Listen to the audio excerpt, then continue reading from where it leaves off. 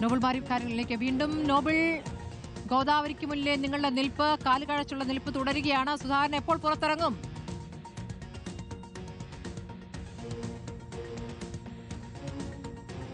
K Sudhakaran പുറത്തേക്ക് വരേണ്ട സമയം ഇപ്പോൾ പിന്നിട്ടിരിക്കുന്നു. കാരണം 9:45 അദ്ദേഹത്തിന് കണ്ണൂർക്കുള്ള വിമാനം ഉള്ളത്. പക്ഷേ അതിനു മുൻപ് ഇപ്പോൾ പുറപ്പെട്ടെങ്കിൽ മാത്രമാണ് കൃത്യസമയത്ത് എത്താൻ കഴിയുകയുള്ളൂ. ഏത് നിമിഷവും വേണമെങ്കിൽ പുറത്തേക്ക് വരാം. ഇനി യാത്രയ്ക്ക് എന്തെങ്കിലും മാറ്റം ഉണ്ടോ എന്ന കാര്യത്തിൽ ഈ ഘട്ടത്തിൽ ഒരു വിശദാംശം പുറത്തേക്ക് വരികയും ചെയ്യുന്നില്ല. ഒപ്പം തന്നെ മറ്റ് എടുത്തു പറയേണ്ട പ്രധാനപ്പെട്ട കാര്യങ്ങൾ ഒന്ന്, കോൺഗ്രസിന്റെ രണ്ടാം ഘട്ട സ്ഥാനാർത്ഥി പട്ടിക വരേണ്ട സമയമായി. പക്ഷേ ആ പട്ടികയും ഈ ഘട്ടത്തിൽ പുറത്തേക്ക് വന്നിട്ടില്ല. എന്തെങ്കിലും അവസാനവട്ട അണിനയ നീക്കങ്ങൾ നടക്കുന്നുണ്ടോ എന്ന കാര്യത്തിൽ സംശയങ്ങൾ ഉണ്ട്. സാധാരണ ഇത്തരത്തിൽ കെ സുധാകരൻ നേരത്തെ അദ്ദേഹവുമായി ബന്ധപ്പെട്ട് നിൽക്കുന്ന ആളുകളടക്കം പറഞ്ഞത് 7:15 കെ സുധാകരൻ ഗോദാവരിയിൽ നിന്ന് പുറത്തേക്ക് വരും, ഇവിടെ മാധ്യമങ്ങളെ കാണും, അതിനുശേഷം വിമാനത്താവളത്തിലേക്ക് പോകും എന്നായിരുന്നു. ഇപ്പോൾ സമയം പോകണമെങ്കിൽ ഇറങ്ങേണ്ട സമയമായിരിക്കുന്നു എന്നുള്ളതാണ് ഇപ്പോൾ നോബൽ റിപ്പോർട്ട് ചെയ്തത്.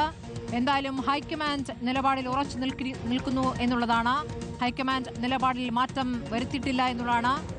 സായ്കുമാർ കൂടിയുണ്ട് വിവരങ്ങളുമായി. സായ്കുമാർ, ഇപ്പോൾ കെ സുധാകരൻ ഇനി എന്ത് ചെയ്യാൻ പോകുന്നു എന്നുള്ളതാണ് ഏറ്റവും വലിയ ഉദ്വേഗം. പാർട്ടിയിൽ നിന്നും പിരിഞ്ഞ് പുറത്തിറങ്ങുന്ന സുധാകരന് നേരത്തെ ഉണ്ടായിരുന്ന അനുയായികൾ വരുന്ന KS ബ്രിഗേഡ് എന്നൊരു സംവിധാനം, അതങ്ങനെ ആ രൂപത്തിൽ തന്നെ ഉണ്ടാകുമോ?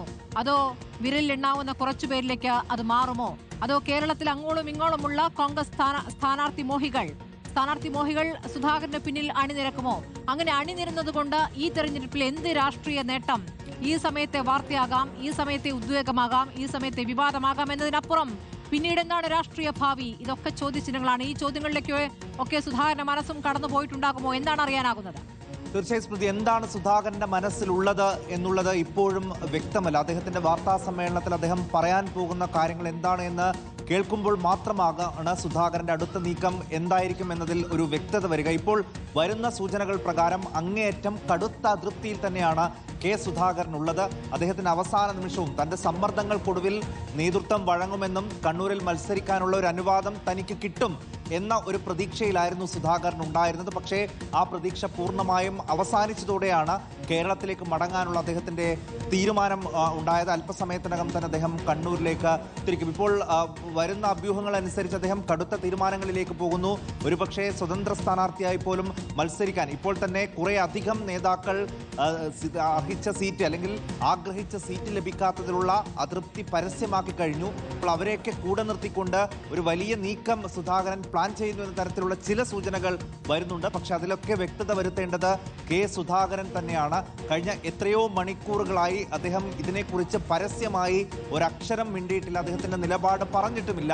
ഇനിയിപ്പോൾ എന്ത് നിലപാട്? പാർട്ടി എന്തായാലും സീറ്റ് അദ്ദേഹത്തിന് നൽകില്ല എന്ന കാര്യത്തിൽ ഏറെക്കുറെ ഉറപ്പായിരിക്കുന്നു. അങ്ങനെയാണെങ്കിൽ ആ തീരുമാനം ശിരസാവഹിച്ചുകൊണ്ട് വെറും കൈയോടെ അദ്ദേഹം ഡൽഹിയിൽ നിന്ന് മടങ്ങുമോ? അതോ പാർട്ടിയുമായുള്ള ബന്ധം ഉപേക്ഷിച്ച്, ഇപ്പോൾ നേരത്തെ റോഷിപ്പാൽ റിപ്പോർട്ട് ചെയ്യുന്നത് പ്രകാരം പാർട്ടിയിലെ ഇപ്പോൾ അദ്ദേഹത്തിന്റെ പോസ്റ്റ് KPCC അധ്യക്ഷന് ശേഷം പ്രവർത്തക സമിതി അംഗത്വമടക്കം അദ്ദേഹം രാജിവെച്ചേക്കും എന്ന രീതിയിലുള്ള വിവരങ്ങൾ വരുന്നു. അദ്ദേഹം അത് മത്സരിക്കാൻ തീരുമാനിക്കുന്ന സമയത്ത് തന്നെ പ്രവർത്തക സമിതി അംഗത്വം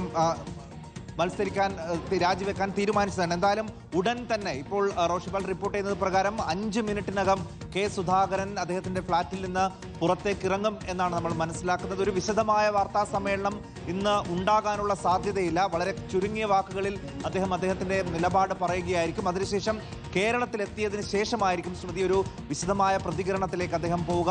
അദ്ദേഹത്തെ കാത്ത് ഇപ്പോൾ കേരളത്തിൽ വലിയൊരു സ്വീകരണമൊക്കെ അദ്ദേഹത്തിന്റെ അനുയായികൾ, അദ്ദേഹത്തെ ഇഷ്ടപ്പെടുന്ന ആളുകൾ